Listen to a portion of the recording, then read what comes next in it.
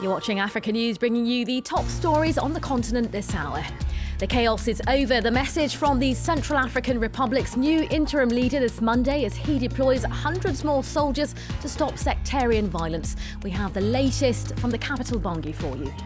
South Sudan's opposed factions resume ceasefire talks in Addis Ababa. Meanwhile, government troops aim to retake the town of Bor, a move which could leave rebels without a major holding at the negotiating table.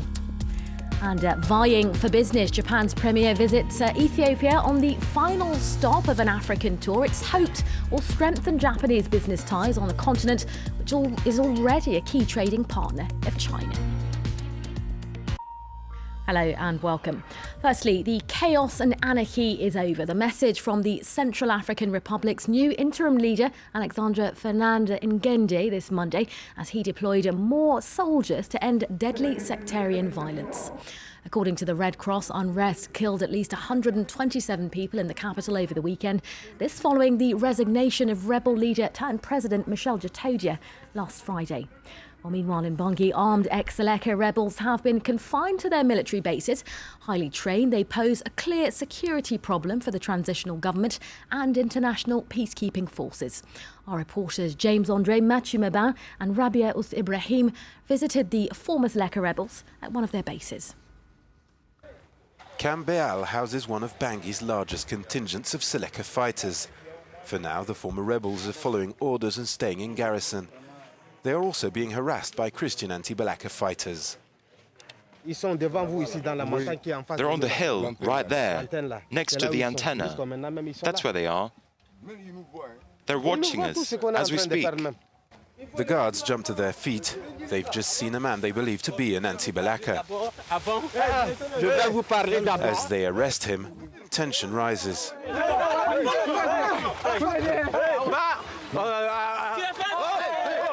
A few hours before, 2 Seleka men from the base were killed, shot by the anti-Balaka.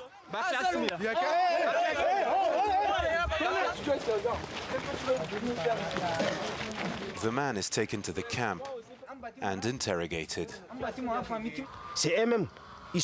These are the people who come and attack us here. Are you like them? I'm not anti-Balaka. I'm loyal to the army. Yesterday you fired at us. We accept that. It's nothing. God will judge you, won't he? Over 2,000 men are kept in garrison in Camp Beal. They have weapons and are getting restless. Food is running short, and the officers are worried they might lose control of the troops.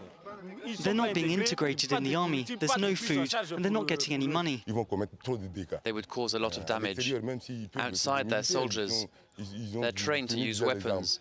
It's extremely important that they're kept under control.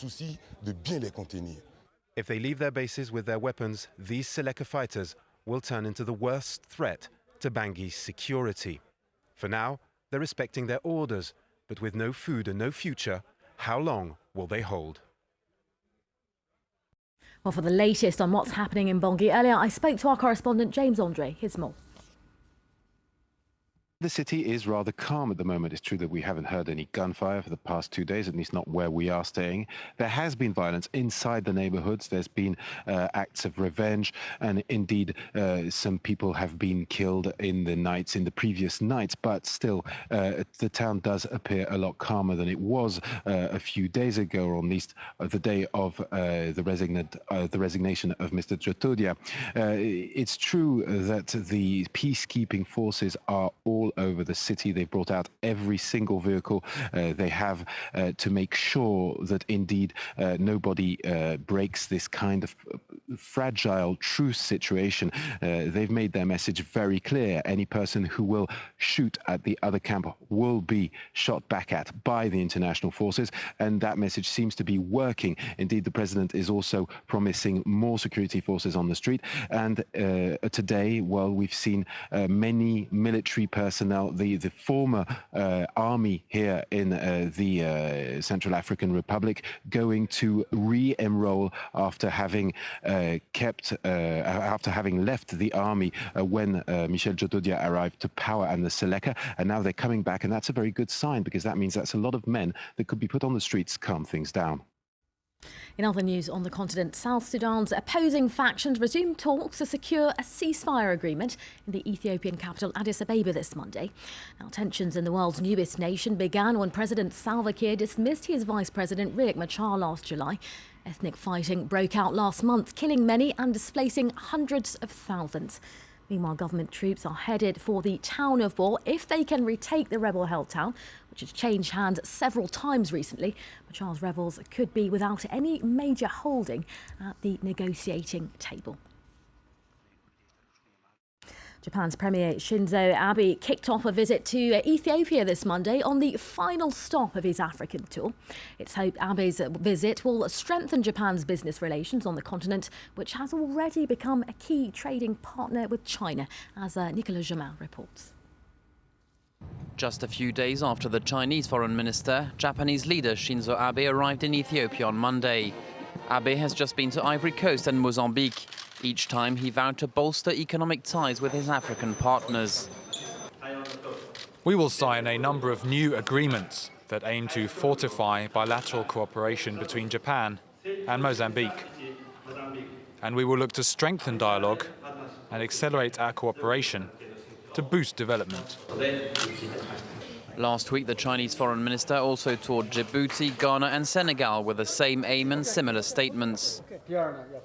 We must deepen the mutual beneficial cooperation between Senegal and China in every area. China will do everything possible to accompany the socio-economic development in Senegal so that the country can improve the lives of its people. The two Asian giants are vying for Africa's growing market and promising more money for the continent. Japan is expected to pledge more than $14 billion in aid and trade, and China $20 billion a year.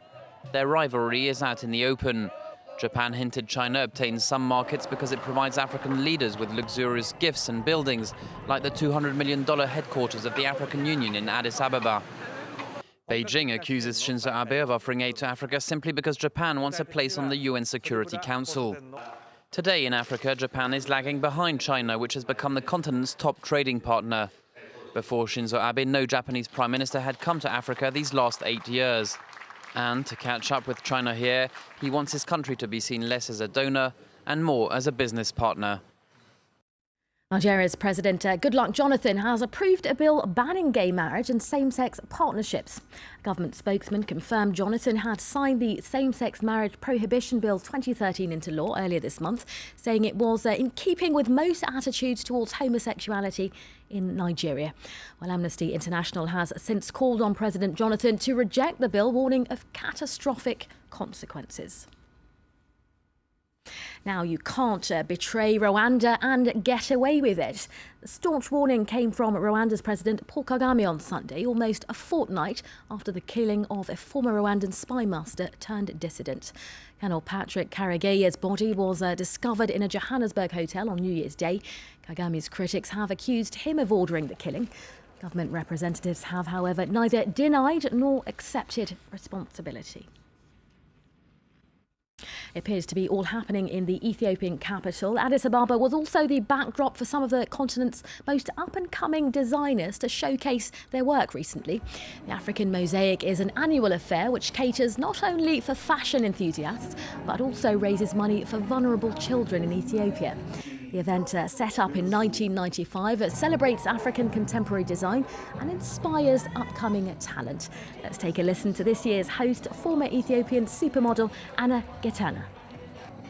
Africa Mosaic started as a non-profit initiative really to bring together designers together to showcase, but also to be able to provide them mentoring and training so that they could hopefully network, they can meet, they can travel, because within Africa we're not as mobile. I've had the opportunity to travel to 30 countries in Africa and from my childhood, and I've learned so much, and it's really has inspired me, and that's why I always love and enjoy developing Pan-African collection.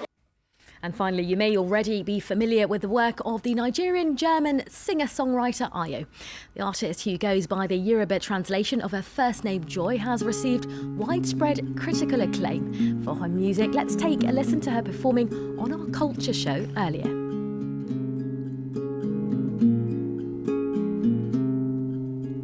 I'm walking with both feet in shackles.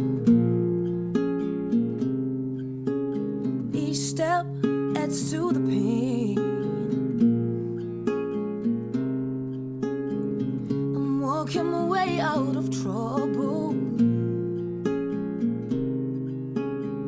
I'm walking to find peace again. My shoulders are loaded with burdens. Rochelle, thank you very much indeed. Rochelle there with African News. Back tomorrow, of course. Ayo, Nigerian, German, singing English, supremely talented, fantastic stuff indeed. So thanks to the African News team. We take a short break. After that, we return by upping the pace, another World News update, plus in sport, why Cristiano Ronaldo beat the rest to get football's top individual prize. Stay with us.